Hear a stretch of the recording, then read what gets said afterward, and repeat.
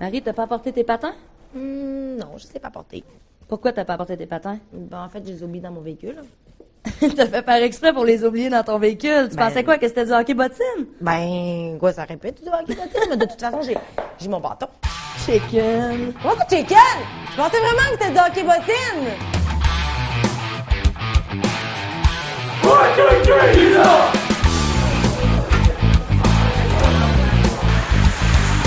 Alexandre, tu joues avec le Blizzard du séminaire Saint-François.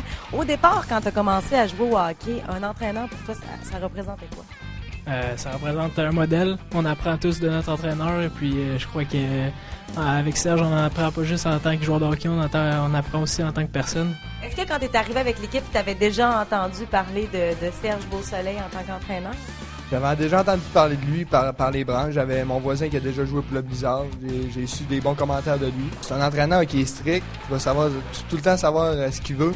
Mais il faut que tu lui donnes du rendement. Puis c'est un entraîneur super funny. Puis tu vas toujours avoir du plaisir avec. Il va tout le temps être là pour te supporter, même quand ça va mal. Mais il faut vraiment que tu donnes du rendement. Puis il va t'appuyer tout le temps pareil. C'est lui qui est important. Mon rôle au séminaire, c'est de travailler en fonction du développement non seulement des individus, mais des hockeyeurs. On met les études à l'avant-plan, c'est quelque chose qui est très important. On a un programme dont on est très, très fiers. On intègre beaucoup d'aspects humains dans ce qu'on fait pour développer des jeunes qui vont être outillés pour la suite. Parce qu'on se doute bien qu'ils ne feront pas tous carrière dans le hockey, puis on veut qu'ils sortent avec des diplômes, qu'ils soient sérieux dans leurs études, puis on leur permet de se développer au plan hockey aussi. C'est un endroit de prédilection pour ces jeunes-là? Ben, je pense que c'est une école qui est très réputée, puis en même temps, elle a une vocation sportive qui est très importante, donc c'est très attirant pour les jeunes. En même temps, tout le groupe d'enseignants qui travaillent avec nous sont super sérieux, ils embarquent là-dedans avec beaucoup d'enthousiasme.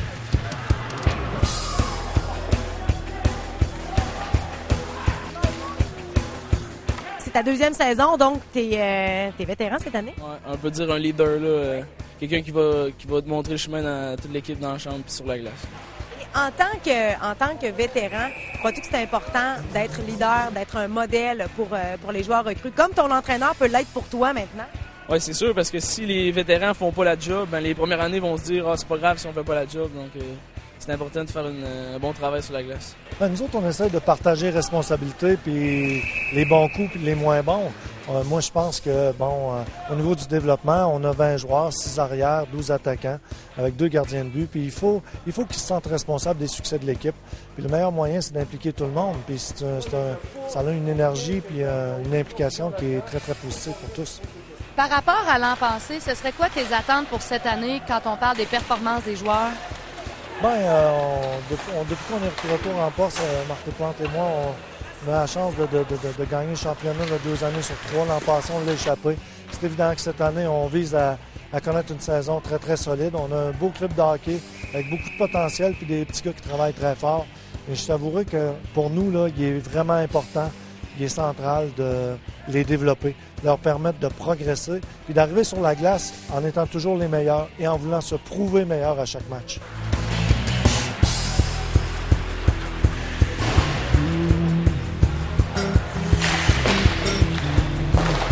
Que toi, cet été, tu as eu un camp d'entraînement avec la Ligue supérieure, donc Ligue de hockey junior majeur du Québec, avec les Foreurs de Val-d'Or. Comment tu as trouvé ton expérience? C'était très le fun. Là.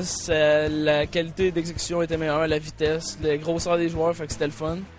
Fait que je vais essayer d'appliquer ça pendant ma saison de Jet 3 cette année pour m'améliorer encore plus. Tu as très bien performé au camp de présélection et jusqu'à maintenant, ta saison, ça va très bien. Est-ce que je me trompe? Non, ça va très bien. Semble-t-il que tu serais le meilleur pointeur? Non, on peut dire ça comme ça. Parle-moi de ta fiche un petit peu jusqu'à maintenant. En 4 matchs, j'ai 4 buts, 2 passes. Puis comment tu décrirais ton style de jeu? Plus un style de jeu offensif. C'est pas moi qui va donner le plus de mise en échec, mais offensivement, je suis bon là-dedans. Tu fais partie d'une équipe qui est très performante. Est-ce que ça te met beaucoup de pression sur les épaules? Je pense pas que ça nous met plus de pression. Les équipes ils veulent juste plus nous affronter, fait que faut jouer encore mieux.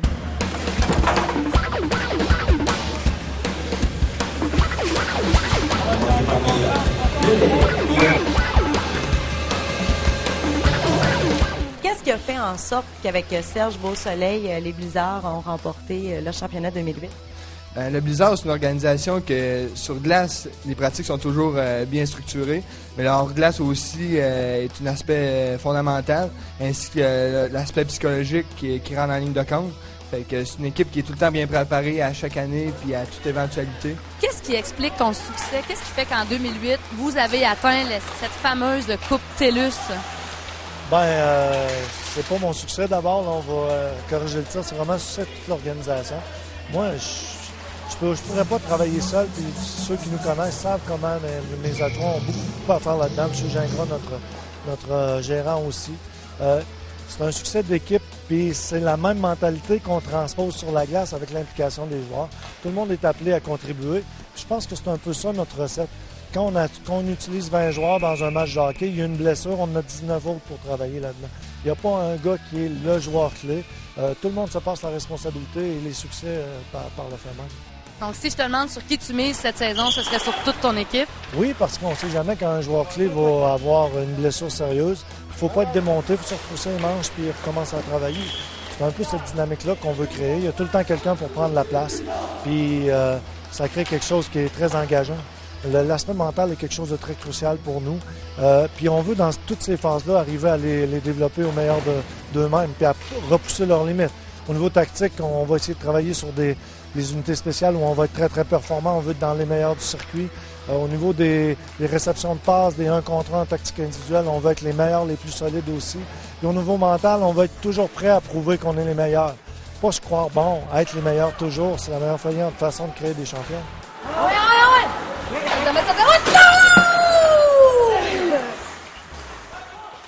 Alexandre, j'aurais 7 petites questions pour toi, à voir si tu connais bien ton entraîneur. Ça te convient? Oui, parfait. Très bien. Première question, une expression qu'il dit fréquemment. L'expression qu'il dit le plus fréquemment, c'est clutcher. Les bonnes ou les moins bonnes? À place de good, il utilise goodies. Excellent, goodies, quelque chose comme ça. Son mets préféré? Club sandwich, je pense que c'est un classique. Là, il mange ça après chaque game. Et club sandwich? Je pense que c'est club sandwich aussi. Raclette, tiens. Maintenant, son idole. Son idole, ça serait son père. Je pense que c'est son père. Mon idole, mon père. Excellent! Jusqu'à maintenant, c'est pas bien. Ton groupe de musique favori? C'est un groupe de musique qui aime plus le relax que le techno, mettons. Céline Dion.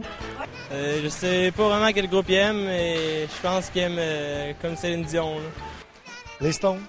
Ton type de film? Amoureux, les films romantiques. Type de film romantique. Les répertoires, les films d'action aussi un peu. Mais pas les feel-good movies, j'aime moins.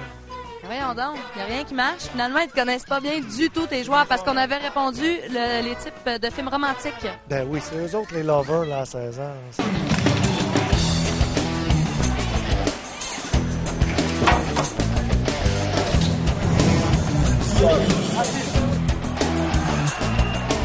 Je pense que ça serait quoi les mots qui circulent un peu partout par rapport au Blizzard du séminaire Saint-François à travers les autres équipes?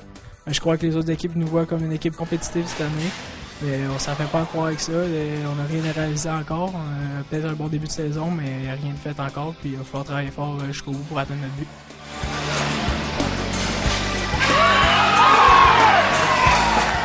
On dit que vous avez très peu de chances de ne pas remporter le titre du championnat provincial. Comment vous gérez cette pression-là? Comment t'es jeune aussi, genre cette pression-là? Parce qu'à 15-16 ans, ça doit pas être évident, justement, de pas s'enfler la tête puis de livrer la marchandise. Tout à fait, c'est une bonne question. C'est un beau défi mental, ça. On peut pas vraiment empêcher les observateurs d'observer puis de spéculer sur les résultats de la saison. On prend ça avec un grain de sel, cependant, parce que de se croire bon en début de saison, ça te fait pas gagner des championnats. Il faut vraiment que tu sois prêt à te remettre au travail à toutes les fois puis à être vraiment motivé à devenir le meilleur. Puis c'est cette course-là vers ce sommet-là qui est intéressante, pas tant le but ultime en tant que tel. C'est sûr qu'on veut lever la coupe, c'est sûr que le chemin est très, très long jusque-là.